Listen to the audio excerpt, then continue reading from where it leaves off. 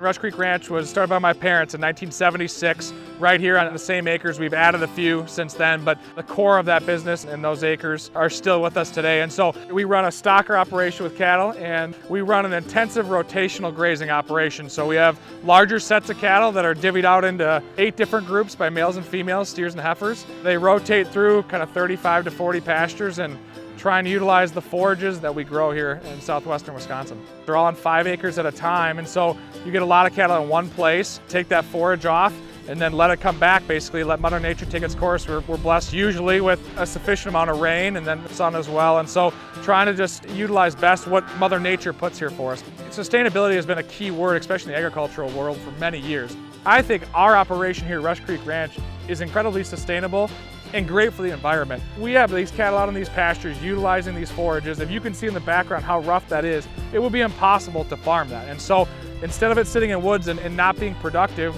we have put these cattle out here and we harvest everything. And you look at these certain areas of how rough and non-usable some of the ground will be, we're utilizing that. We haven't put any commercial fertilizer out in 25 to 30 years. We're using this supplemental feed that we put out.